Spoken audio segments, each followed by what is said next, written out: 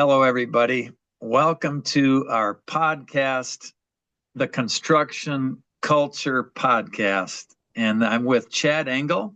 Chad is from Lincoln, Nebraska. I met him at the National Safety Council meeting in Omaha, where I was presenting my white paper about how safety eats culture for breakfast. Chad is the Loss and Prevention Safety Specialist at NIRMA, the Nebraska Intergovernmental Risk Management Association. Did I get that right, Chad? Yes. Yes. All right. And you've worked there, if I'm not mistaken, almost 24 years, right? Correct. It'll be 24 in March. So I'm just getting to know Chad, but he's a guy with a really long track record of helping counties, mostly in Nebraska, and understanding that most of the county governments in Nebraska work with your organization, NIRMA. By the way, my mother is Norma, so you're one letter off of my mother's name. I should be able to remember NIRMA. I do have some questions for you, Chad. First of all, what are you most excited about with NIRMA as you look into 2025 here? What excites you, or what are you looking forward to in your work, helping manage risk and prevent injuries for so many counties? Yeah, I'm looking forward to meeting with our safety committees. That's like I explained to you before, we have some subject matter experts. We've got former road department highway superintendent that works with road department employees. We've got former law enforcement officer that works with our sheriffs and corrections, and I kind of work with everybody else. So my main focus are the safety committees within the counties, and I'm going to do my best to get to as many of those as I can this upcoming calendar year. And just it's I don't know, maybe just a sales meeting, if you will, go over our best practices and let them know of all the resources we have to help them. Comply is a strong word. They're just recommendations. It's not a compliance type thing. Mm-hmm. Just so they know what those best practices are. They know what resources we provide them to help them comply with those. And I really enjoy getting out to meet with the folks, finding those. You talk about culture and leaders. That's where I find those folks that you see the light bulbs go on and the wheels start spinning, and you can tell they're engaged. And I try to identify those people and provide them with all the resources I can so that we can get some traction with their loss prevention safety programs in their counties. So that meeting with those folks, that's what I'm looking forward to this upcoming year. That's great, Chad. And you're different than most of the people on my podcast in that you're not within a construction company. You are with an organization serving counties, and you work with sheriffs and jails and road safety people, highway stuff. Was there another category I'm missing? I feel like I'm missing a category. Well, just the courthouse, essentially. The courthouse folks. We kind of lump them together, right. But there's different offices within the courthouses that. So how do you go about influencing safety by just sitting down with these safety committees that you're excited to sit down with? How do you? And I know you've told me when we talked earlier, you have long-term relationships with them. But explain to us how those relationships or how your work translates into better outcomes or safer outcomes. Like, how does it actually work concretely, Chad? Just tell us a little bit about that, if you can. Yeah, you bet. Depending upon who I'm meeting with, right? If it's elected officials, board members, management, if you will, in the non-governmental world, you're talking more dollars and cents. The NIRMA is a self-insured risk program. We're a risk management before we're an insurance company, so we provide risk management services. Insurance coverage is part of that. So I can tell them what's trending, what costs they can control by reducing losses. So, people always talk about, well, if I do this training, if I do all these things you're asking me to do, will we get a discount? And it's like, no, the purpose is to prevent the losses, prevent the claims, protect your employees, and they're, indirectly reducing those insurance costs, and all those costs go into the member fund balance, and that money is the pool members' money. So we're not an insurance carrier. We're the self-insured part of the program. We've given back since 1991 over 22 million in dividends. So at the end of the year, when there are funds remaining that weren't used for claims, they're returned to the members. So that's the beauty of membership here at NIRMA. And with the elected officials, it's more of a budget thing. We're looking at that. And with the safety committee folks or the highway or the loss or the law enforcement folks, we look at loss leaders. What kinds of claims are you experiencing? What trends are we seeing? What are just if it's a small county that may not have much of a loss history at all, I can tell you with pretty decent accuracy what kinds of claims you probably would have if you did, and what we should do to avoid those, just from our history here. Yeah. So people are getting dividends, money back if they perform well, correct? Right. To the tune of, did you say 22 million?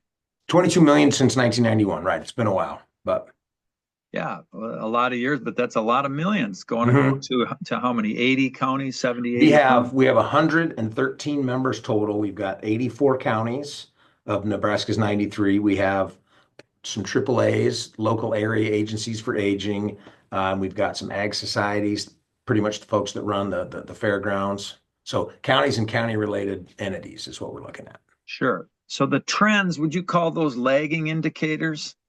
Oh, yes, So you got some definitely. lagging Yep. indicators. Are there any leading indicators?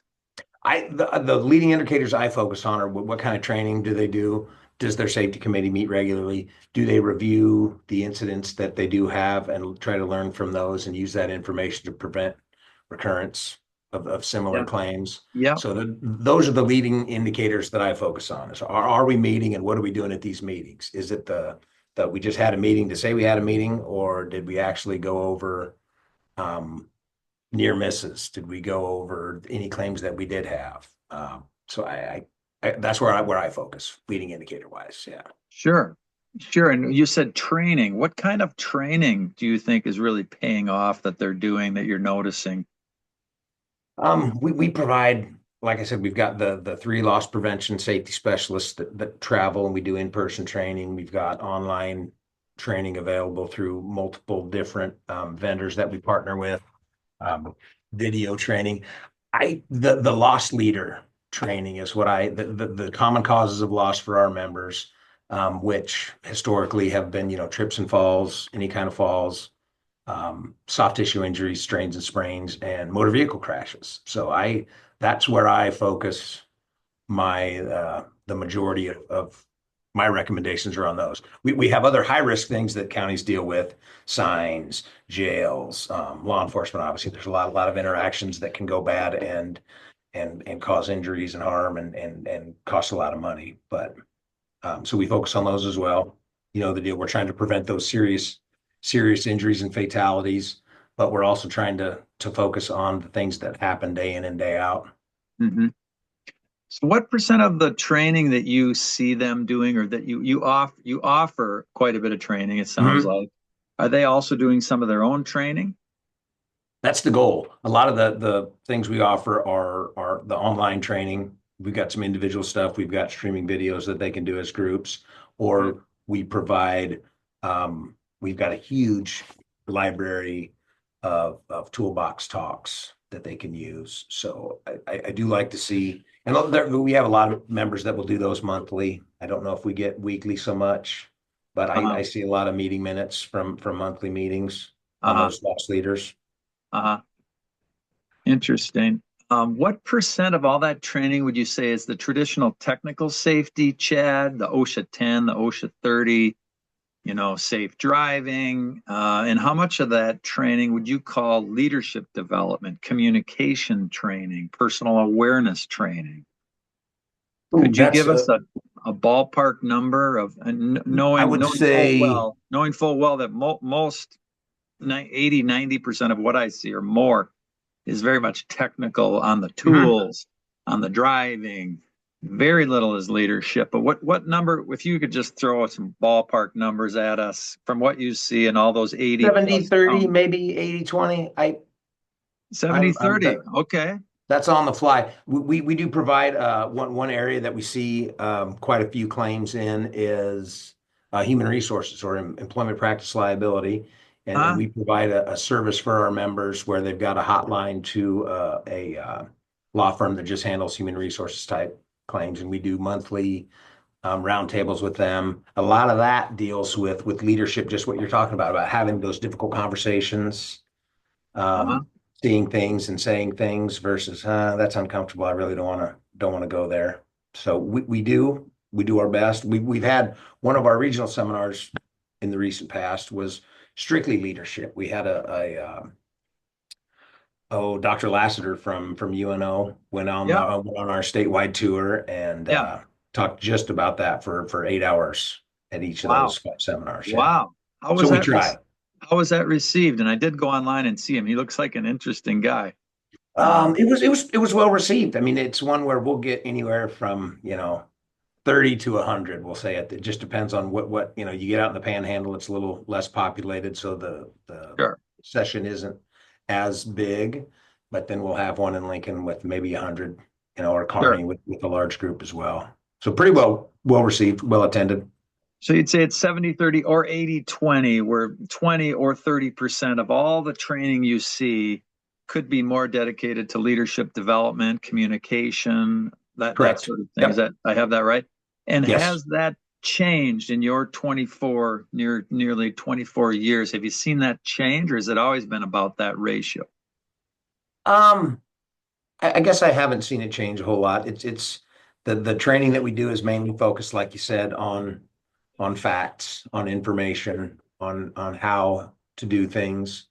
Um, and that's you mentioned the driver's training. That's one where I see that everyone knows the how, right? That you know what a red light means, you know what a stop sign means, you know what a speed limit is, and yet you still choose to behave otherwise. And how do we bridge that gap, make that change from yes, we know it now. How do we get them to change their behavior? That's every safety person's struggle, if you will. That's the truth. And I didn't hear you say cell phone and driving. That's usually the first thing, right? That's in there as well. Anything. Are There's we? so Are, many cell phones definitely get the bad rap, but there are so many things in the vehicle to do other than driving, and we really need to focus on the driving part of it for sure. Yes. So, which brings me to another question. What are some of the concerns that you see, or I mean, I know you study trends. What are concerns that you see going here into 2025 when it comes to safety and people, you know, doing the right thing to keep the incidents down low? I see folks want to do, and this I don't know if this is a positive or negative or either. This is just one thing that always comes to mind is our members are willing to do the training, but they like to do the shiny stuff, the fun, the exciting, the what First Amendment audits. I don't know how familiar you are with those, but they love to No. come into offices, county or local government offices in video. And it stirs folks up and they get wound up. And how do we deal with that? How do we de-escalate?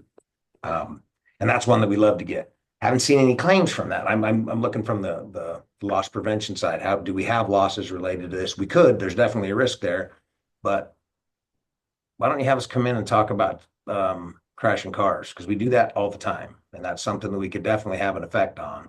So I would love to somehow initiate a shift in that to where more training focusing on actual causes of loss versus what's new and exciting.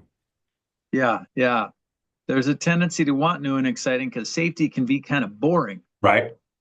I'm not familiar. What are the First Amendment video things you were talking about?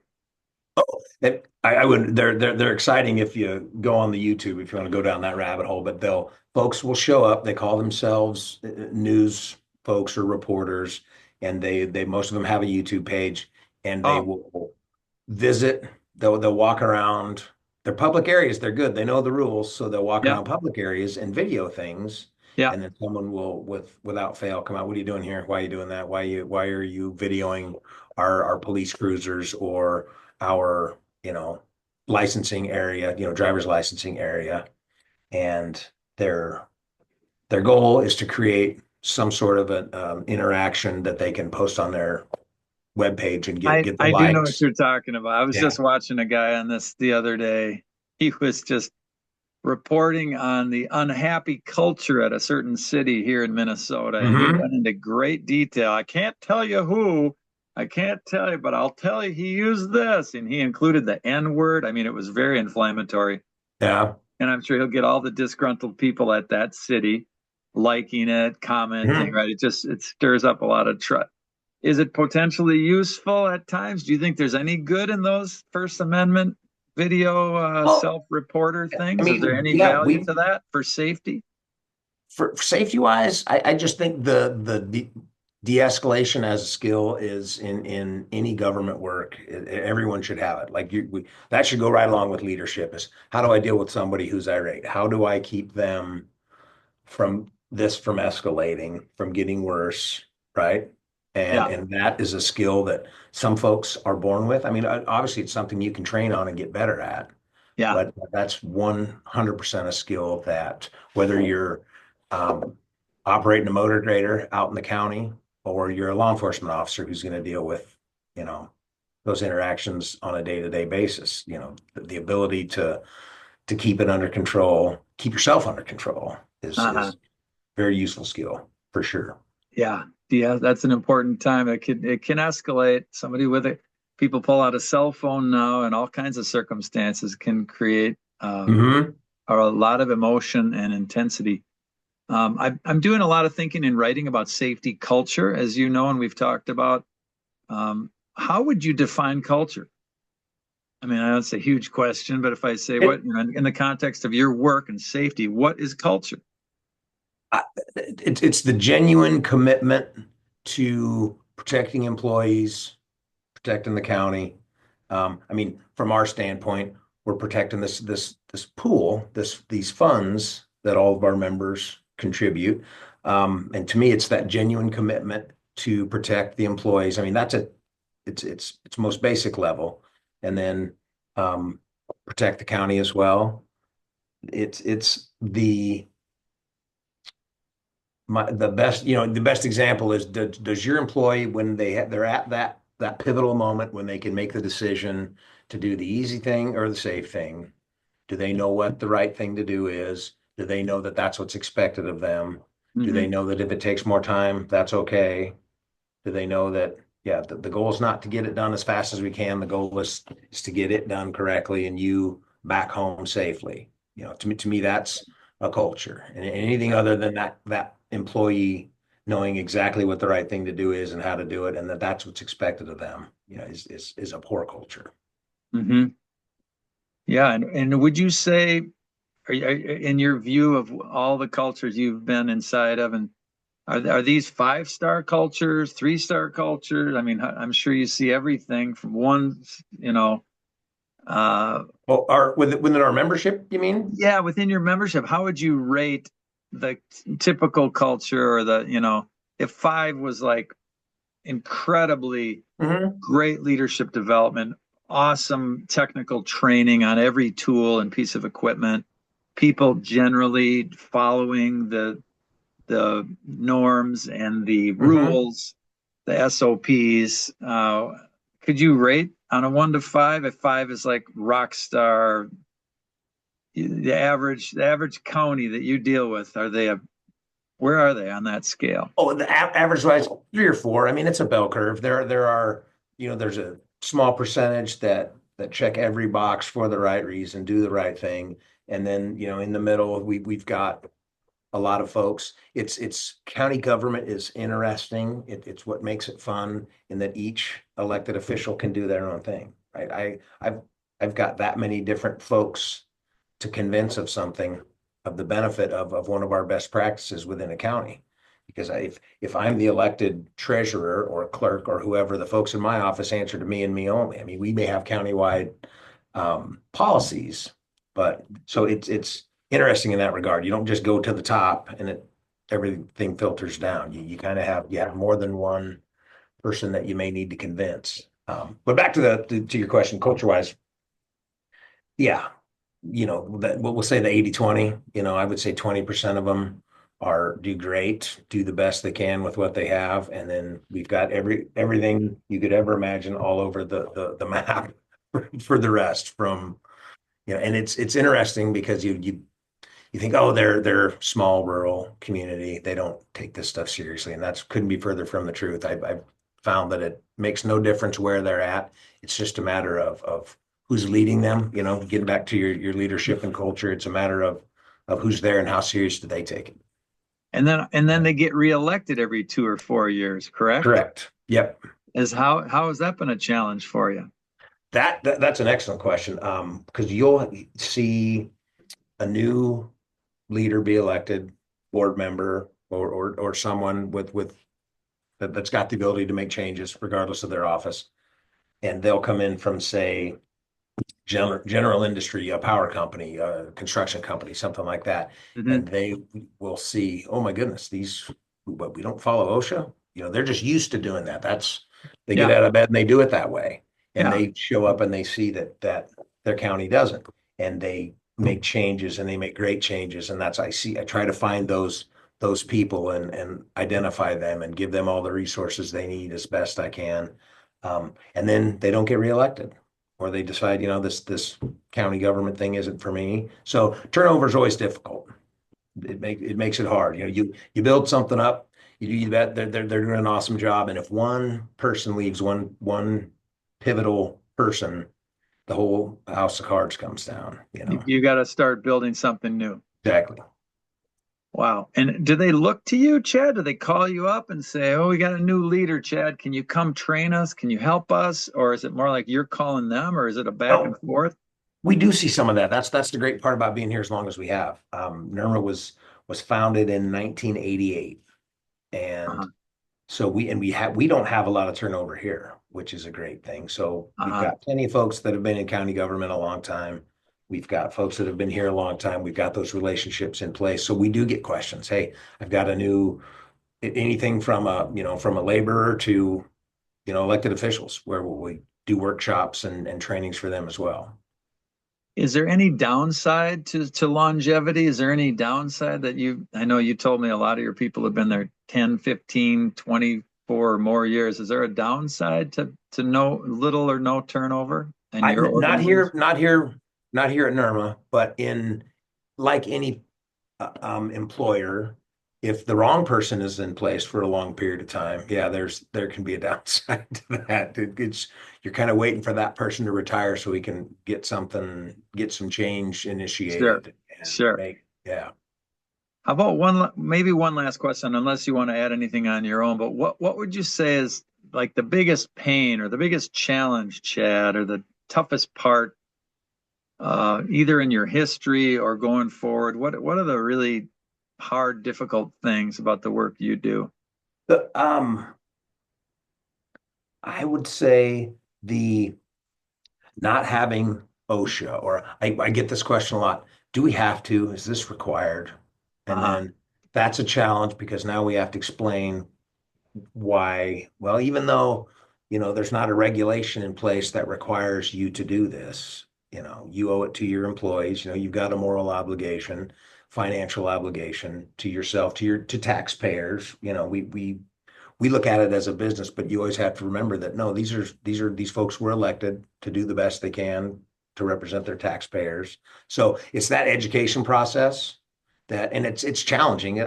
Not difficult in that I don't like it, but that's kind of my job security, is the fact that those folks change and we've got to go in and convince them that yes, it might cost a little bit of money, but in the long run, here are the benefits. and you told me earlier you appeal to their good judgment and their morals or their ethics, like you Sure. do the right thing. Yeah, Hmm. you're not beholden to OSHA, right? Because it's government, and technically a lot of government entities are not accountable to OSHA, correct, Correct. Chad? And they say, well, do we have to do that? Is it OSHA required, Chad? And if it's a guy coming or a lady coming out of construction, they're like, well, of course, OSHA's the standard. Why wouldn't Right. you do OSHA? But you can say, well, technically you don't, but morally, ethically, and just to do the right thing by the people, yes, you should wear your PPE every time. You should cone in this fashion on the road. You Exactly. should never have your cell phone open texting while you're on the freeway. Is it OSHA required? Well, I can see how that could be a painful thing that they don't you don't really have. And you said you're more carrot than stick. You don't have you can't Correct. beat them with the stick. You can just say, Correct. here's the carrot, here's what you should do, here's the trend, here's what it will lead to, right? You can give them statistics. But does Exactly. that motivate them? Do they normally say, okay, we're going to do the right thing? I mean, what do they Some say? some do. It's you the and the stick can sometimes be well we historically we've had claims as a result of this. They're very expensive, they're very costly, they're very dangerous, whatever, Uh-huh. depending on whether it's a liability issue versus, a work comp issue. We can Mhm. tell them that no, this it may not be required, but we do see a lot of claims as a result. And, then try to get back to the moral ground of, you owe it. You have a duty to protect your employees, whether it's a OSHA duty or just a general duty, you know. Yeah, interesting. Anything you want to add, Chad? I know your world's a little outside of mine, so I'm still trying to understand it. I'm getting the picture, and I'm getting the sense that you're doing important, good work, and that it's steady, it's long term, it's a marathon. You're hunkered down Definitely. for the long haul. You're doing your best, and I'm sure even though you have a new official, you still have some of the same people on the safety committee. The Sure. same workers are probably still in that Sarpy County down there working. Of course, you're not with Sarpy, are you? They're not one Sarp, of your. no, we have Sarpy. Sarpy's our biggest member. We Oh, don't that's have right. You do. Douglas. You do have. Right. That's right. Yeah. Douglas is the other big one you don't have. Well, that's anything you want to add here at the end, Chad? A final thought of yours or question for me? No, just I really appreciate the opportunity to talk about what we do at NIRMA. I was afraid after we had our first conversation that you might think, well, this really has nothing to do with what? With my normal customer, your normal audience. So Yeah. I appreciate that. And there are what we do is very common. If you look around, there aren't too many states that don't have some sort of a self-insured risk program, a pooling Uh-huh. program for political subdivisions and counties, townships, and things like that. Very Well, I common. I appreciate getting to know your world a little bit. I do work with one county in Wisconsin, and I plan to be working with more, and would love to collaborate with you over Sure. time and see where you and I can help each other. So I guess for now, that's the podcast. Again, it's Chad Engle with NIRMA, uh, safety and risk specialist, with us here today on the Construction Culture Podcast.